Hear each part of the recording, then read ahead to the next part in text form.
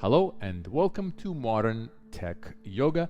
This is your host and guide into yoga, Kirill. In this class, we are going to open up our shoulders and stretch our hip flexors. The reason why we want to do that is that I have specifically designed this class for you to take after a hard day at work. And by hard day at work, I'm talking about the day at work where you sit a lot, slouching over the computer, not getting enough walking, not getting enough standing time. In addition to that, it's also useful to take this class after a generally stressful day at work. So, with that being said, let's get started. And we are going to, first of all, start on our hands and knees. And by the way, before I forget, bust out your belt or a belt. We are definitely going to need it in this practice today. So starting on our hands and knees, we're gonna start with something that's called 6 movements of the spine. So flat toes, hands under the shoulders, find your nice neutral spine, and start with tilting your pelvis back and forth to really get a little bit more into our spine. Start connecting that movement of the spine with the pelvis. Start connecting the movement with the breath as well. As you're getting more used to this movement, increase the amplitude of this movement, connecting the movement, or rather your tailbone, all the way into the crown of your head. So the entire length of your spine starts to move back and forth. Now introduce a bit of a pause at the bottom of each movement. So this is the cat, rather the cow, and this is the calf. So just take a bit of a pause here, stretch out, push your palms into the mat, and let's reverse that pose into a cow. Send your sit bones to the sky, bend in the lower back, maintaining the pressure into the palms, and let's do this a couple more times. Really activating our spine, connecting with the breath. Let's return back to neutral. I'm gonna go front facing, so that we're gonna send our hips to the left and our shoulders to the left, really creating this S curve on our left side, and then doing the same thing onto the right. So really sort of like moving the spine sideways, compressing through the obliques and the side ribs on each side. Probably haven't done this movement in the entire day today. It's not a movement that we do often. Definitely feels a bit weird to do this. And then finally, let's come up onto our knees. Make sure you make nice soft padding. Double up your mat if you have to. Hands behind the back. Interlock your fingers. Send those elbows back to the wall behind you. And let's start rotating to the right and to the left. Keeping the hips nice and engaged. So just keeping everything nice and tight. Engage your core. And just try to pivot from the bottom of your ribs. Keep opening through the shoulders.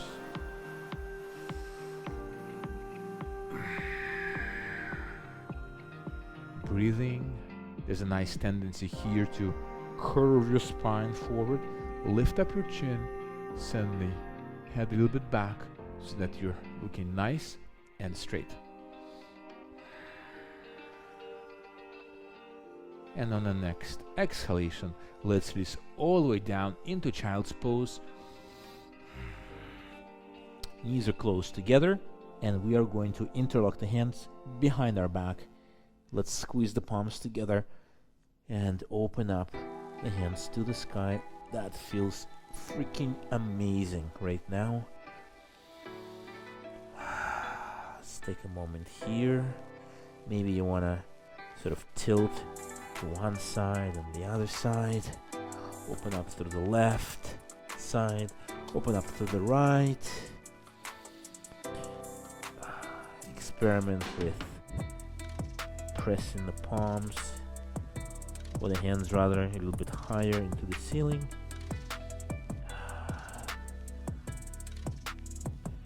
And on the next exhalation, slowly release all the way down to the mat, and let's come up into our downward dog.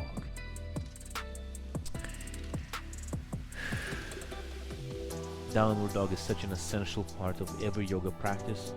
It doubles up as a warm-up pose as well as in an inversion. Because this is an after-work class, we want to spend a little bit more time in this pose, not for the warm-up qualities of this pose, but rather for the inversion qualities of this pose. Just getting a bit of a blood flow into our brain, pushing through the palms, let the head hang down, relax your neck. Maybe you want to swivel your hips left and right.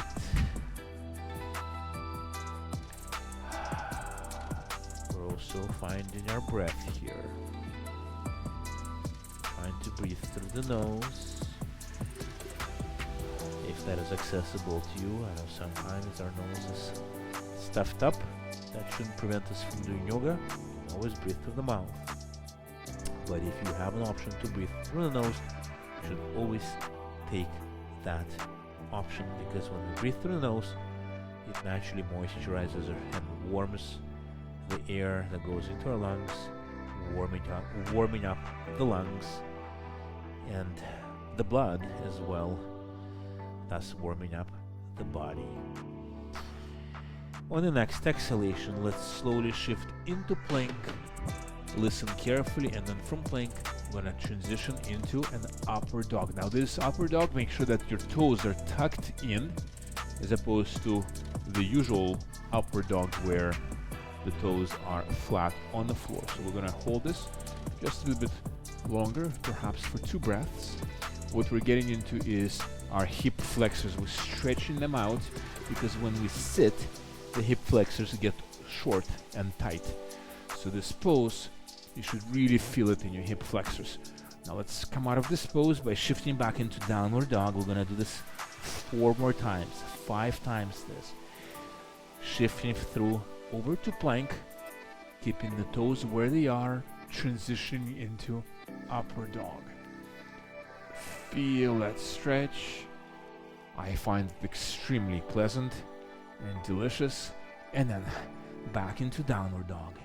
If you are sick of downward dogs and just want to drop onto your knees, by all means do that.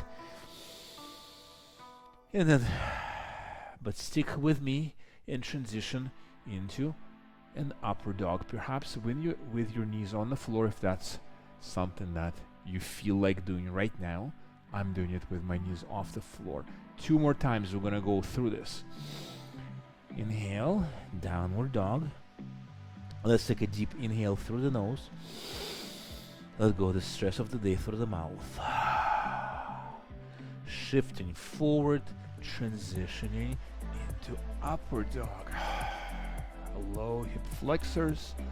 One last time.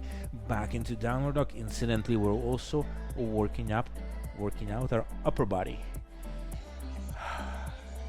One last time. Into upward dog.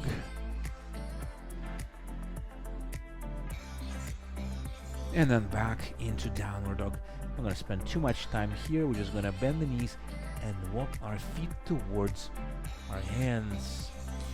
Grab your elbows and let's hang together. Soft bend in the knees. Relax through the face, relax through the jaw. Another inversion pose, sending the blood over into our head, activating the parasympathetic system, rather up-regulating. The system is always active. We're just dialing the knob, dialing the volume up. This helps our body to get a little bit more into the rest and digest state of being, which is an absolute must for your body to recover, distress, and rejuvenate. See if you can straighten the knees a little bit more, bring a little bit more stretch into your calves and into your hamstrings. Set the sit bones a little bit further up into the sky. Release the hands back to the floor. Experiment with rocking back and forth. You're welcome to use the blocks, of course, to bring the ground a little bit closer to you. Couple more breaths here. This practice is going to be a little bit more slower than the typical flow practice, just because we're placing a little bit more accent on the relaxing and distressing. One last inhale. Let's inhale through the nose. Inhale and exhale through the mouth. And then very, very slowly, on a count of 4, we're gonna unfold into standing. So 4, 3, 2, and 1. Shake off your feet. Roll back your shoulders. We're gonna go through 3 rounds of sun salutations. Keep your blocks in the front of the mat. You're gonna need them for these low lunges that we're gonna incorporate into the sun salutations. Find in your Tadasana, roll back your shoulders, lift up through the chin, inhale, inhale all the way up, exhale, we're gonna forward fold here. Inhale into flat back, exhale folding forward, step back with your right leg, and we're going to go into a low lunge right away. So drop that knee, find your blocks, and then shift a little bit more weight into that front knee, giving more stretch onto your hip flexors. One thing that helps here is elevate the blocks to the highest setting so that you can really push through the arms, opening up your chest. You're going to feel it much more in your hip flexors. Untuck your toe. Take a moment here. Get familiar with that feeling. The feeling of your hip flexors stretching. Release the blocks, place your hands back to the floor. Let's step back into downward dog. And let's bring the right leg in between the hands, dropping the other knee down. Grab your blocks. Find the right height that works for you and bring more weight into that forward knee, feeling the stretch right about here. Lift up your chin. Find the breath. Excellent. Release the blocks. Lift up the knee and bring that leg to meet the front. Inhale into flat back. Exhale, folding forward. Inhale, lift up.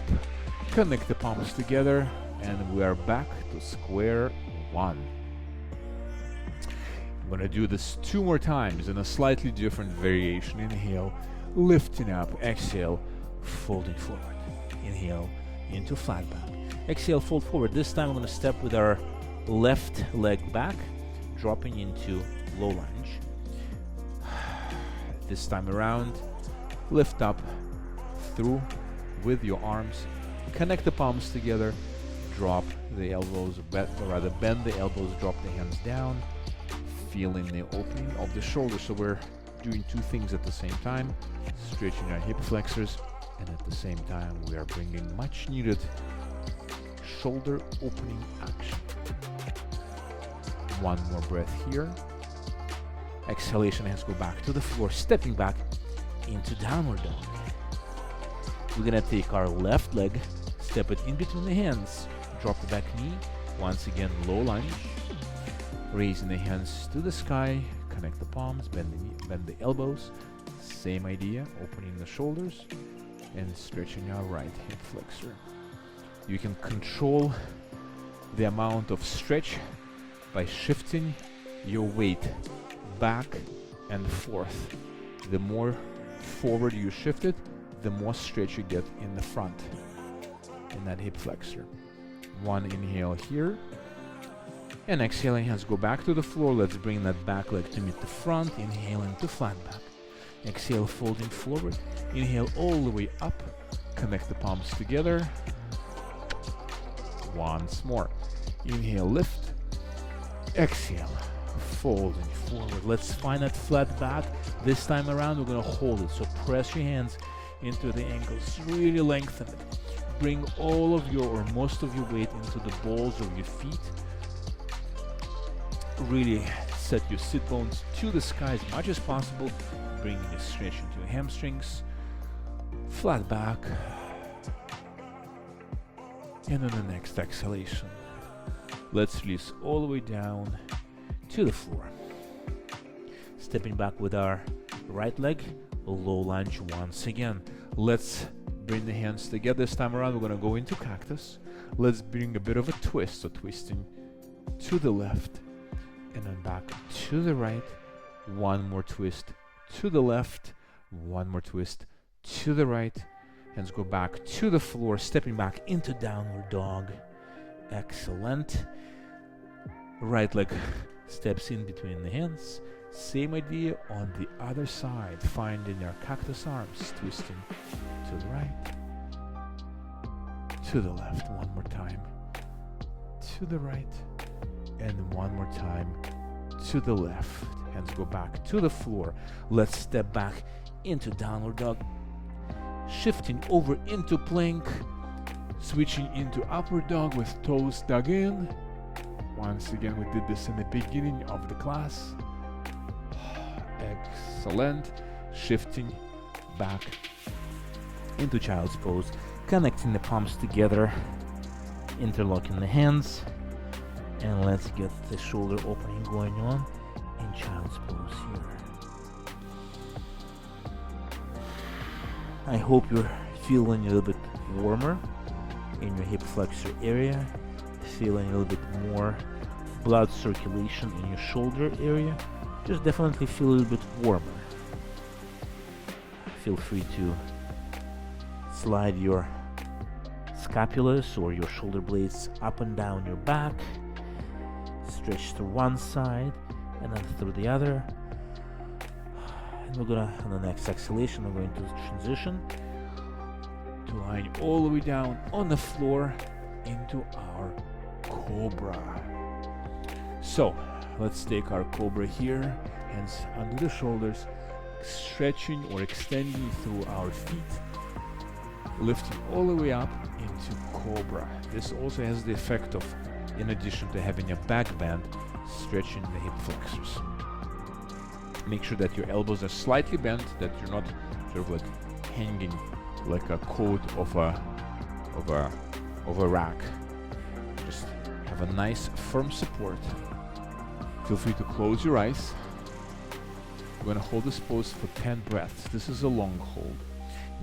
The reason why we're holding it for a longer period of time is because we are distressing. So the longer we hold the pose, especially these types of poses, the more we engage our parasympathetic system.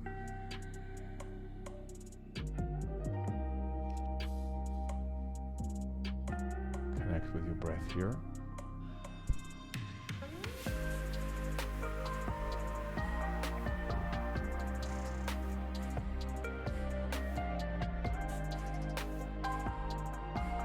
Perhaps engage your warrior breath.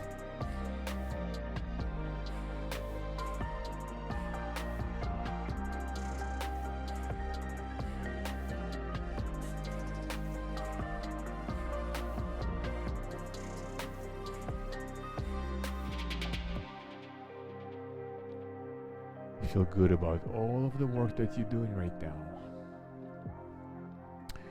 This is you taking care of your body, the temple of your soul, keeping it energized, rejuvenated, fit and strong so that you can serve you on this journey we call life. On the next exhalation, slowly release back down to the floor. We're going to do a cobra with a very super special variation. Now this one, you're not going to be able to go as high as you did before. We're going to start on the right side. So bending the right knee and opening the hip to the side. So nice 90-degree angle. Now, the more the angle, the more difficult it is. So maybe you can start with a 45-degree angle. But the important thing is that the knees bent, hands under the shoulders, and we're going to come up into cobra. Now be very careful here. Maybe, as I said, you're not going to be able to go as high as you want, but really feeling that opening through the hip. So we did the stretching of the hip flexors. Now we're working on opening the hips, something else that is absolute must when we spend a lot of time sitting in a chair. Now this is a rather challenging pose, so we're not going to hold it for 10 breaths, but rather go down right about now. Let's stretch out that leg, do the other side. Find the angle that works for you and lifting up into cobra. Try to ground your bones, your pelvic bones, your aces bones onto the floor. There's a natural tendency for one side to kind of like lift. So trying to get a bit of a symmetry going on here. One more breath in. One last breath out. Releasing all the way down to the floor. We're still lying on the floor. Stick out your arms in a T position. We're gonna start on the left side. So raise your right leg, bend the knee and step it over your other leg, shifting your weight into that shoulder. So your left shoulder is going to be feeling very stretchy right now. The other hand can go behind the back and maybe even touch the other hand. Maybe you can even interlock it.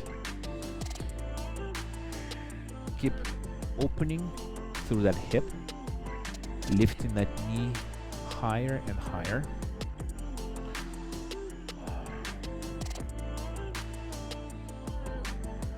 Feeling the stretch in the left shoulder.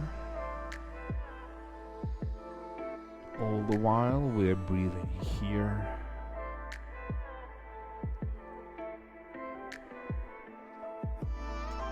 And if your thoughts are wildly running away and are still at work or whatever that is that you were doing before this class, don't beat yourself up about it. You're just being judgmental, and remember, what we resist persists. So the more we fight to control the thoughts, the more incessant and persistent they will become. Let's slowly shift back onto our belly and let's do the other side. So starting with our left leg, stepping it over the body. Once you find a stretch in your shoulder, reaching behind. You don't have to do this, by the way. You can keep the hand up in the air, or you can also have it on your fingertips right in front of your chest to give yourself a bit of a push. So a couple of options available here. So if you find yourself struggling with a runaway mind, I know it happens a lot, happens to me all the time.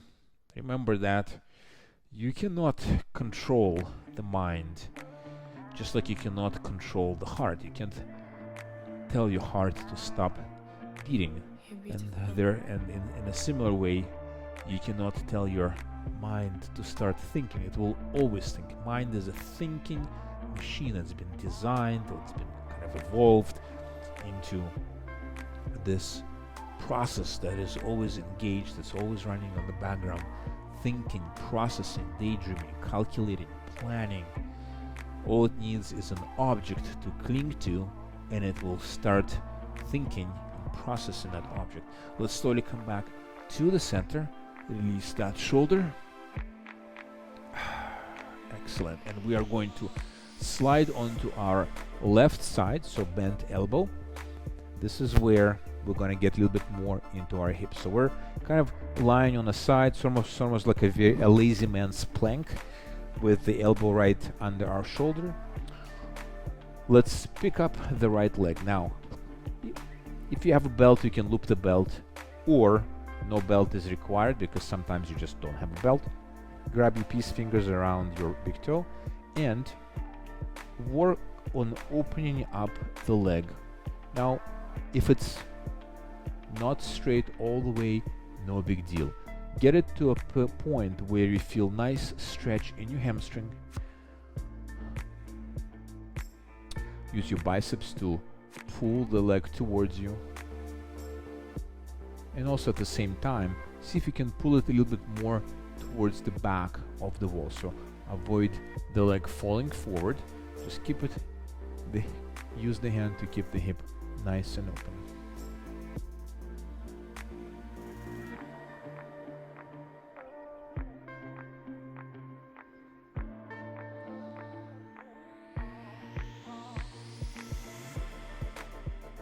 Let's release that leg all the way down. We're gonna switch to the other side. I'm just gonna switch to the back of the mat. Make sure you're nicely supported. Opening up. Use your belt or your fingers to find whatever the option works for you. So the best way to combat, or to deal with rather, because we don't want to fight our thoughts or our mind, is just a losing battle. The best way to deal with incessant thinking is to, first of all, be aware of the fact that you cannot control it. But what you can do is you can learn to live with it, and you can learn to harness it. And you do that through a very simple technique called noting. So typically you're experiencing thoughts, maybe you're experiencing sensations, maybe you are experiencing emotions. So the first thing that comes to your mind, take a stock of it and note, is it a feeling, an emotion? Is it a sensation? Like, for example, is your finger scratching or itching? Or, for example, are you thinking about something, planning something for what you're going to be eating tomorrow for breakfast? Once you figure out what that is, give it a label. Let me come out of this pose for a second. So release all the way down. Now, this is where you grab your belt. We're going to transition to lying on the floor, and this is where have your belt nearby. We're going to start on the right side. So from left leg is stretched out, the right leg is bent, the knee is bent, and we're going to gently open the hip sideways. Now you may have a block that you want to position right under the knee here to give yourself nice support if you have particularly tight hips. You can set it to a different side or height rather. And take a moment here to really feel that stretch, opening of the right hip. So back to noting or labeling. So all you need to do is visualize that thought and slap a label onto it. Thinking, feeling, sensation. This allows you to acknowledge the fact that your mind is occupied with a specific subject, or an object rather. But at the same time, and you're also choosing to engage with it, but your engagement is very light. You're not engaging with the object, but you're rather slapping a label. It's almost like you have a labeling gun in your hand, and when the thought appears, or the sensation or an emotion appears, you put a label on it. You've acknowledged the fact that the thought exists, you put a label on it, and it goes away. That is a very simple technique to follow and to practice. However, the devil is in the details. While it sounds very simple, it's actually not easy. It requires a great amount of awareness. But the good news is that it can be trained. Let's slowly close that hip. Now this is where we're going to grab the belt, loop it around our foot, and let's get rid of that block. Let's open up Let's really pull that leg towards us, feeling the stretch in our hamstring calf. By the way, you don't have to use a belt here. You can also grab your big toe, and then if that is not accessible and you don't have a belt, then you can really grab your leg either behind your knee or maybe by your ankle and really start pulling it towards you. I'm doing the lazy man's version of it and using the belt because you know what? We've had a full day of work and that's easier that way.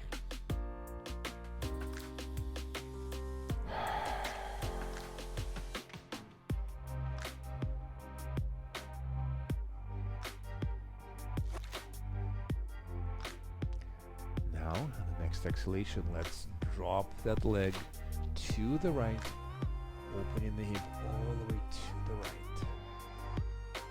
Maybe your leg hovers off the floor, maybe it doesn't. Get it to this place of comfortable discomfort. Keeping both sit bones grounded into your mat. You can also extend the other hand to the side to give your body a little bit more counterbalance. Breathe deeply through the nose.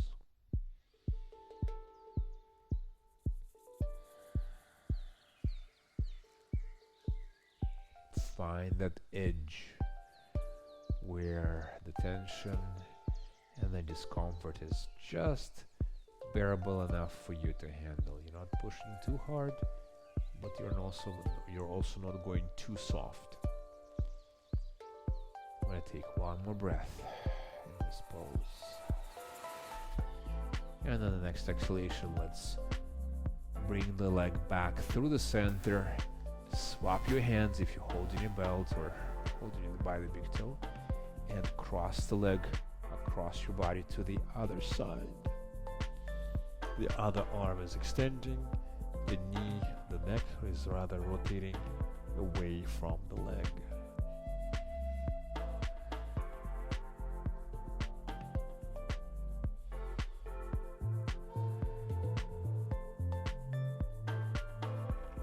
Now is a good time to practice the noting or the labeling technique.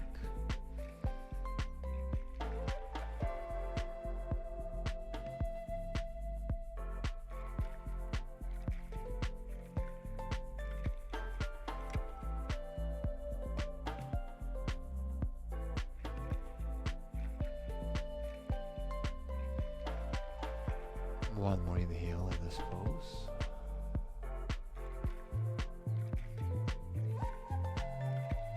And let's bring that leg back through the center and then gently release it all the way down to the floor. Let's grab the other leg, bending the knee, opening the hip to the side.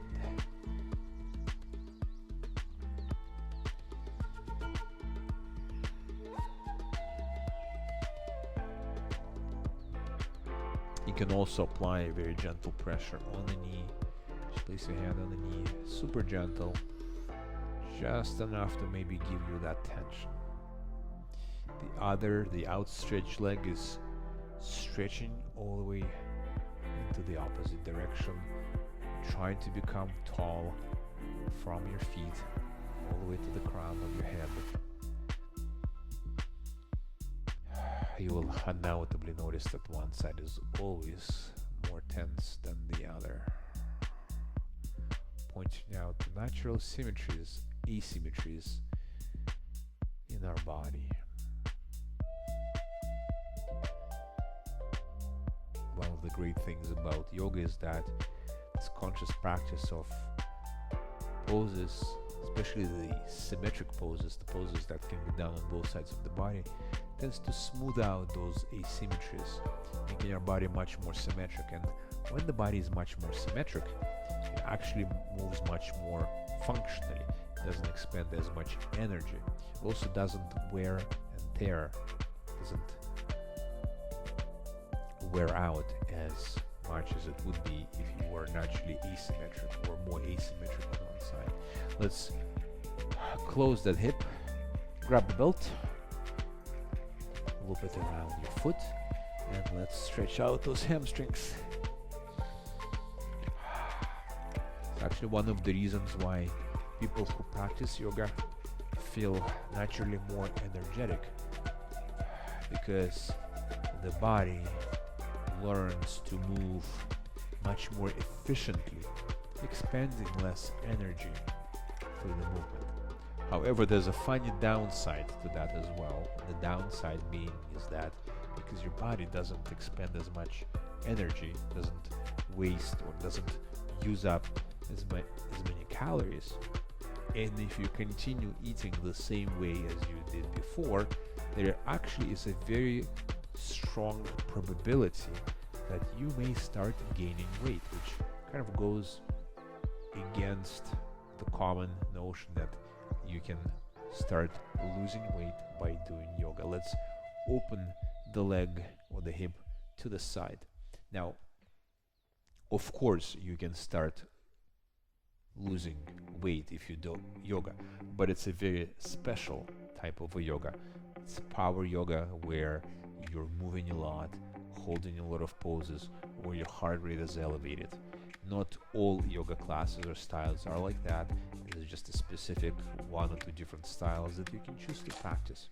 It's almost like a gym type of a yoga. But most styles, most classes, especially this one, you will actually not be expending as many calories. In fact, you are smoothing out the asymmetries in your body, making your body much more symmetrical, much more functional in terms of movement. That's why it is always suggested to also adjust your diet.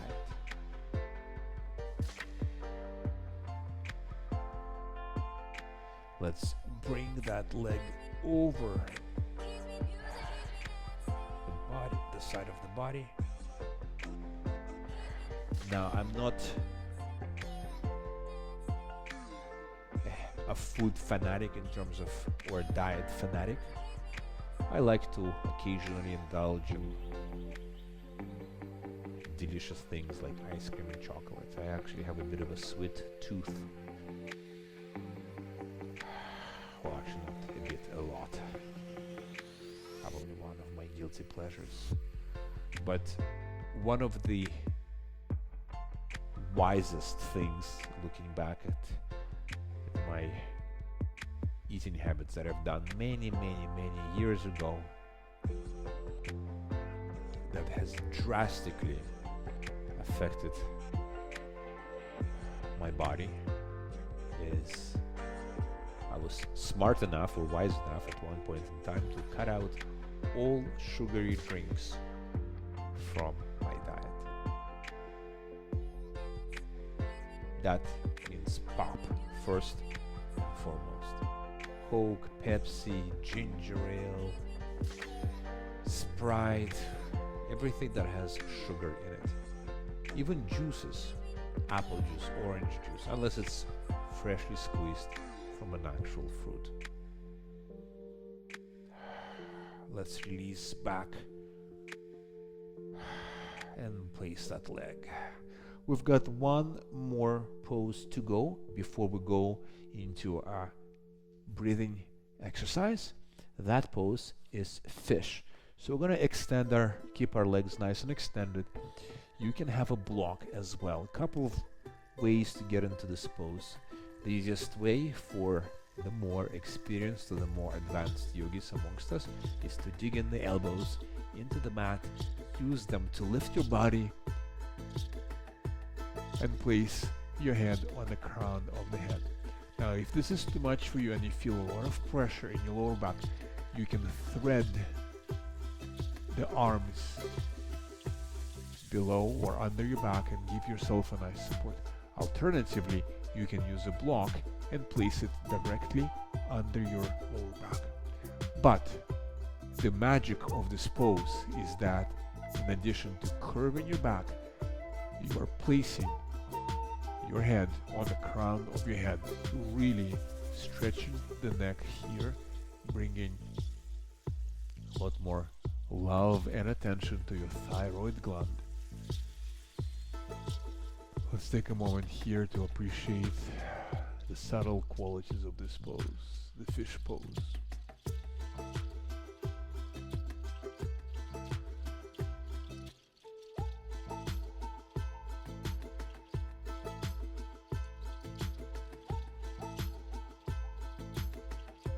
Three more breaths.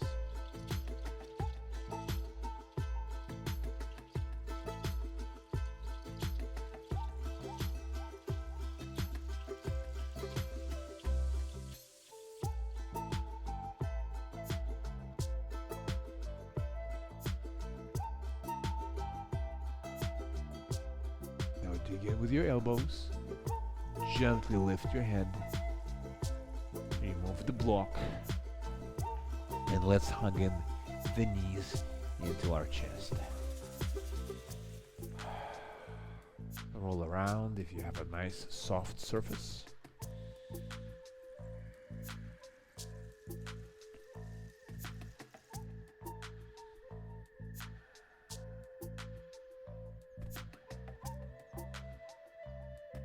Drop your knees to one side and gently come up into sitting for a pranayama exercise. So preferably sit on something that will prop up your pelvis. I'll use my block. Find your cross-legged pose. And we're gonna do 5 rounds of alternate nostril breathing. We're gonna do it with a 4-8 count. So let me explain what it means. A 4-8 count means that you're going to be inhaling and exhale for 4 counts, and you're going to be holding the breath in between the inhales and the exhales for 8 counts. So essentially you're holding the breath twice as long as inhaling the breath. And the reason why we want to do that is because when we hold the breath longer than we inhale or exhale, once again we're turning the volume up on our parasympathetic system. Most people report that the alternate nostril breathing allows them to really kind of get inside of their own mind, really relax, and really get closed in. So let's get this started. So 2 fingers you're going to be using, your thumb and your index finger. I'm going to start on the left side. So press your thumb into your right nostril. You can close your eyes here. Actually, it's recommended that you close your eyes. And we're going to be inhaling for 1, 2, 3, 4. We're going to hold this for 8 counts now. So 7, 6, 5, 4, 3, 2, 1. Listen carefully. Close your left nostril with your index finger. Open the right nostril. Exhale through that right nostril for 4, 3, 2, 1. Inhale through the right nostril for 1. Actually, we're going to hold it for 8, 7, 6, 5, 4, 3, 2, 1. Inhaling through the right. 1, 2, 3, 4. Holding for 8, 7, 6, 5, 4, 3, 2, 1. Close the nostril. Inhaling through the left. Inhale. 4, 3, 2, 1. Hold it. 8, 7, 6, 5, 4, 3, 2, 1. Close the nostril. Exhale. And you continue at your own pace.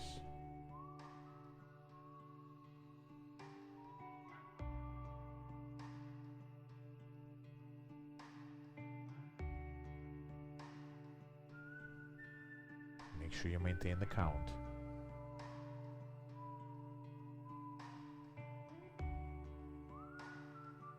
If you lose the count, just keep on going. If you mess up your nostrils, just keep on going.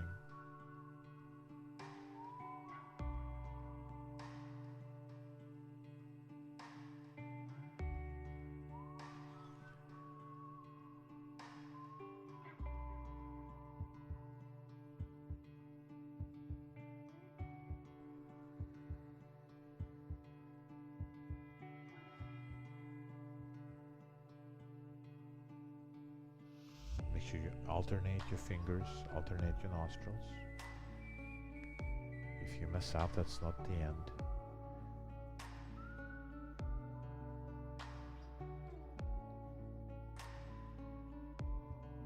Let's do a couple more rounds.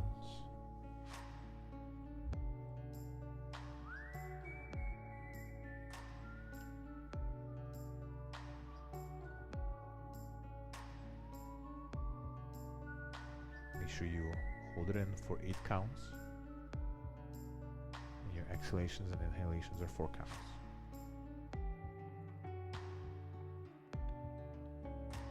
Last round.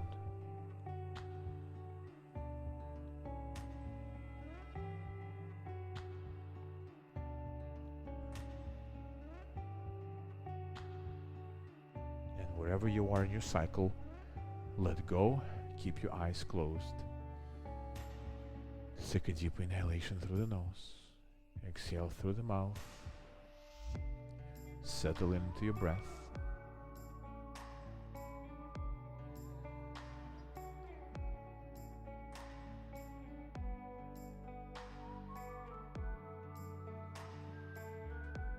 Bring all of your focus into the tip of your nose.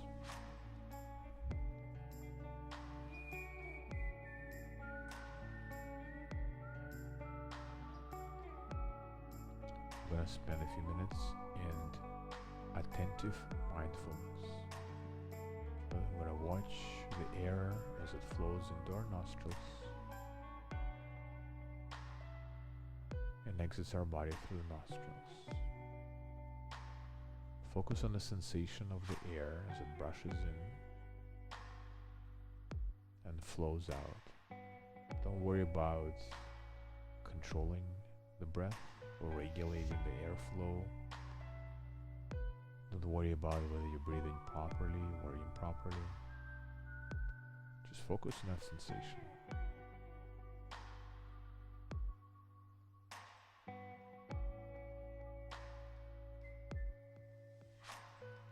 And when a thought pops into your mind, give it a label.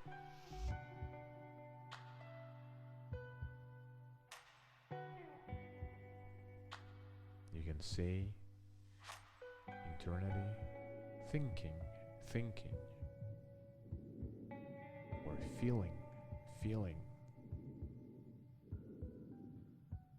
or sensing.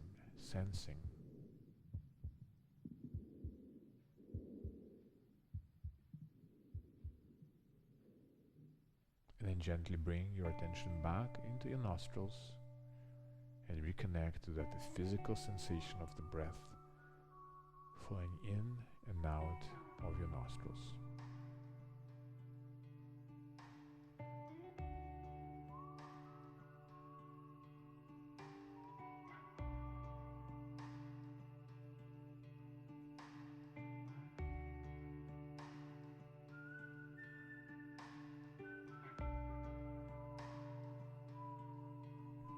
And when a thought pops into your mind, once again give it a label and send it on its way.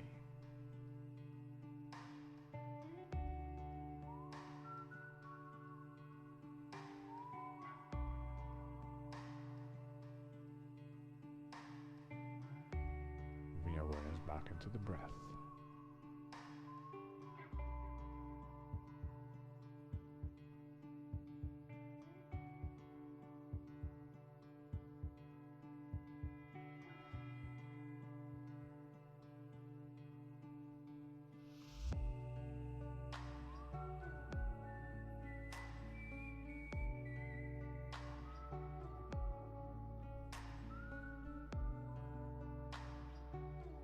You're like a sentry in a watchtower, watching the breath in and out of the gateway into your body, which is your nose. But you're not following the breath. You remain in your watchtower, alert and aware, disinterested in the actual thought, but noticing what it's a thought about, planning, reminiscing, or something else.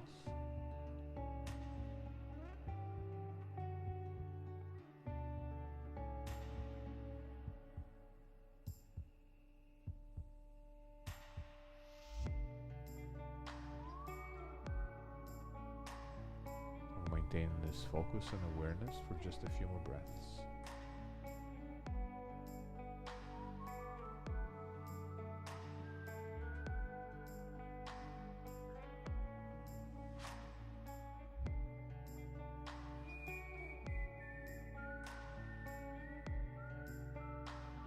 Let's take a deep inhale through the nose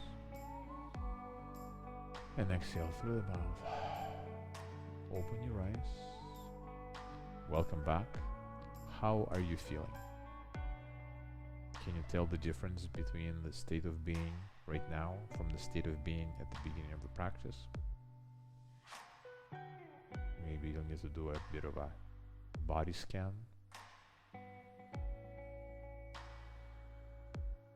In any case, if you feel indifferent, try to carry that feeling with you to your life beyond the mat.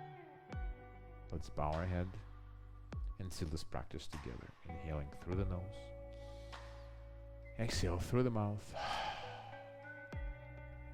I hope you enjoyed this class and found it useful. I look forward to bringing you more classes. So check out my library. Namaste. Have a wonderful day or evening, whatever time of the day you choose to practice.